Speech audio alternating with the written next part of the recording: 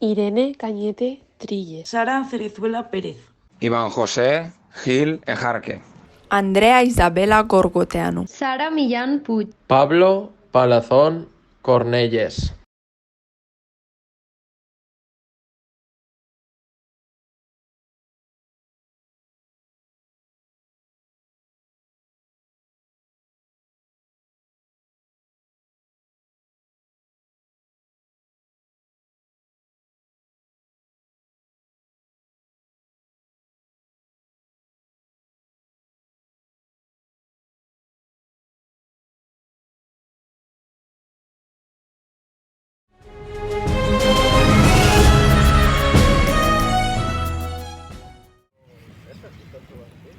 Hawkins, where are we?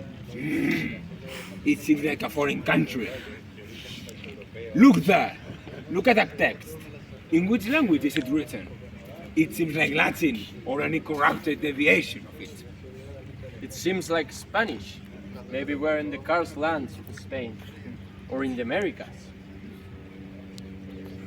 What are you talking about? Who are you? You seem strange, as if you were from another time or a third world country. What are they talking about? Do not attempt to threaten the reputation of my captain, Sir Francis Drake. What? Sir Francis Drake? The corsair? Yeah, ma'am. I'm the one known for his slavery travels to Africa, and for privateering the Spanish ships and possessions in the name of Queen Elizabeth. And what is written in that paper that you're holding with such enthusiasm? This is the English Mercury, written by the authorities in 1588, in order to prevent false reports of our achievements. That's right. That paper is very important. It is very important in spreading the news of our battle against Spain. It has 4 key elements. The first one, thanks to it, we notify the rest of the English population, the rest of the English citizens, about the dangers, about the odds that they have to fight against the Spanish army. Then, the second important point is related to the update of the news that of our naval fights against Spain. Thanks to it, we are happier in fighting against Spain. The third one is also important. It fosters our patriotism and fosters the true religion, which is Protestantism. We fight against those Spanish bastards that are Catholics and they spread that false religion. And finally, and most important, in these ages where we see that it's so difficult to communicate with our fellows, thanks to this we can combat against false news. So this paper is very important for us. Do not attempt to threaten it or its reputation.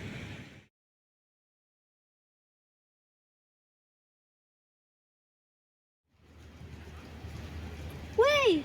There's another person there, dressed in a peculiar way. Yeah, she's our scribe. Hawkins, bring Margaret here immediately. I'll go for her, Captain. Come here. Yes, where are we? What are you talking about? Why have you called me? We were talking about the text that was written by our captain, Sir Francis Drake. That's false. I was the one who wrote the text. The authorship is mine. Bloody liar! You're a woman! It's impossible! You have written the text! Hawkins, she's right. She wrote the text. But do not worry. Her name will never appear. Listen, I've just finished the contemporary translation of the text. Let's compare it with the original one.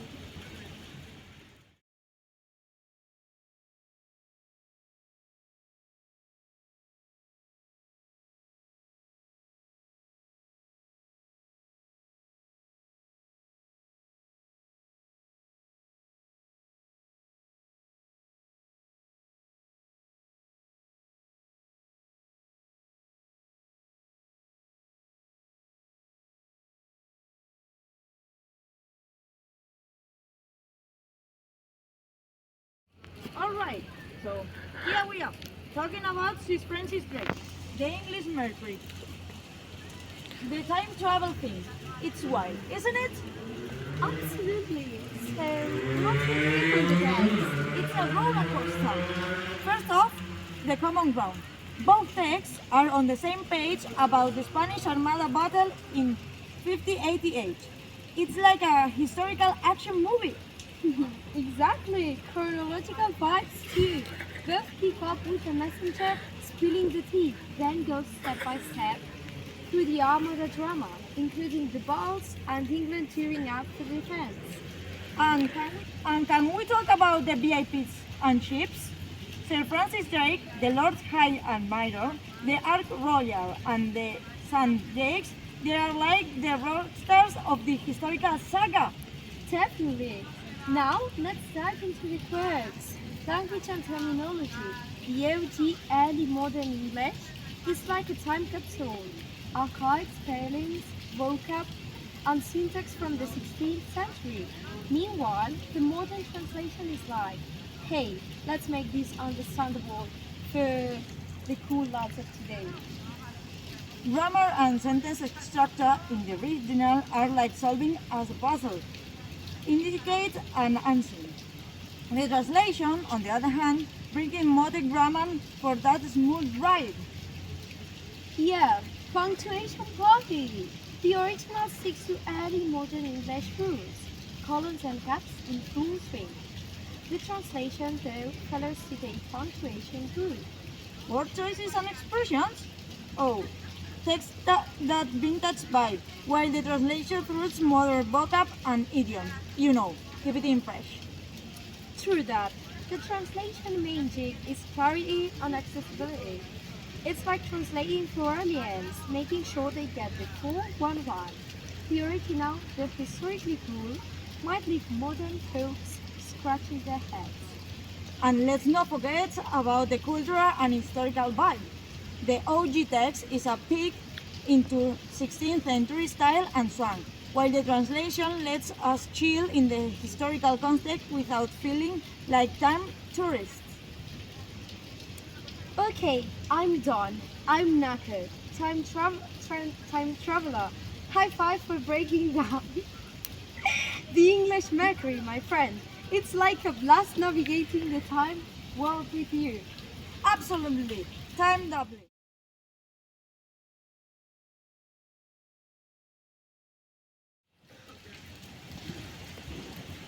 Don't you think that what these ladies are saying is quite interesting, sir? You're right, mate. Things to describe, our adventures have remained till the future. And now they will understand how wonderful our victory against the Spanish Armada was.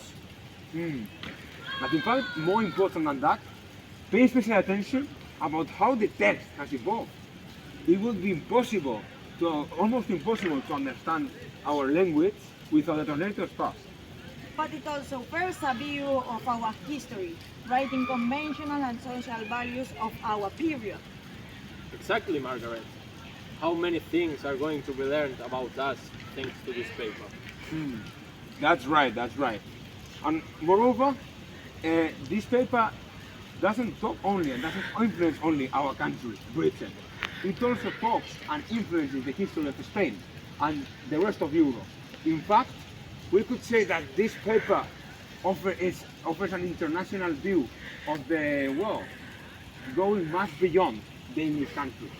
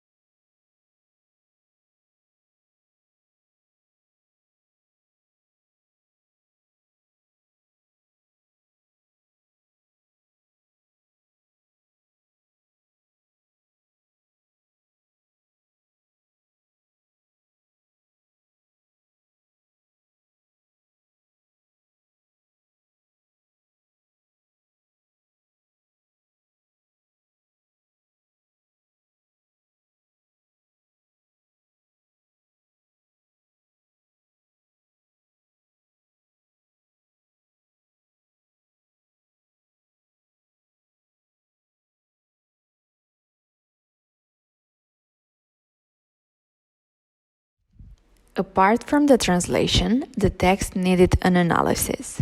The translator, who worked as a professor, asked her students to analyze a fragment in order to discover its connections with other languages and features that may catch their attention.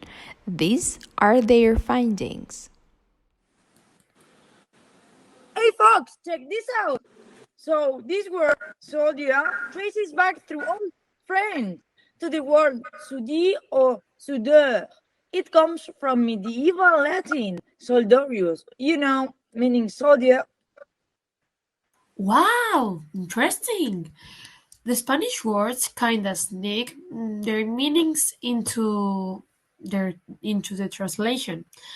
There's the kicker. Done in Spanish, well, it's like a regular word here. It means sir, and it isn't sitting in italics like the other foreign words. Usually italics are for the foreign stuff, right? But then that's just chilling without italics. Why? Because it's all part of English now. Normally, those italicized words, like the in-horn ones, they are the outsiders. No italics means they are already part of the gang. You guys, this dog sold premium proper because it's from the English Mercury, a fancy newspaper. Ain't got no funky dialect stuff, just straight up formal talk. But hey, after that printing press showed up, boom, new letters like the long S starting showing up. William Clarkson kicked it off with English printing. Then everyone else hopped on the wagon. So our language got all standardized because of that press, not the other way around.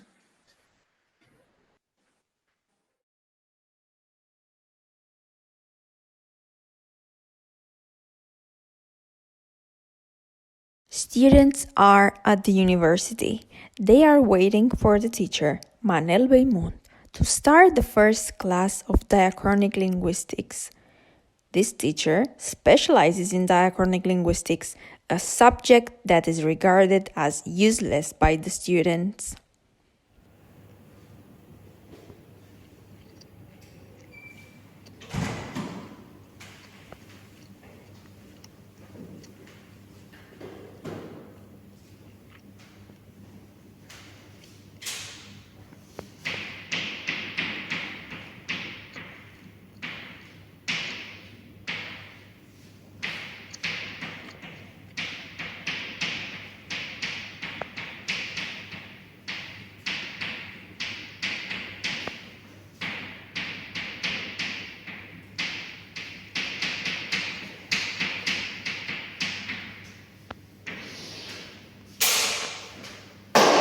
Okay, class. Sorry for being late. Good morning to everyone. My name is Manuel Beimont, and I will be your teacher of Diachronic Linguistics, a very interesting subject that will delve you into the passionate and tremendous world of historical linguistics. I am sure that you will love it. Rob, that's funny, Rob. Anyone scares me about you or about diachronic linguistics. How do you dare to say such fantasies? Tell me your name immediately. Jane. My name is Jane. I do not expel you from class because it's the first day, and I'd rather your classmates tell you a lesson.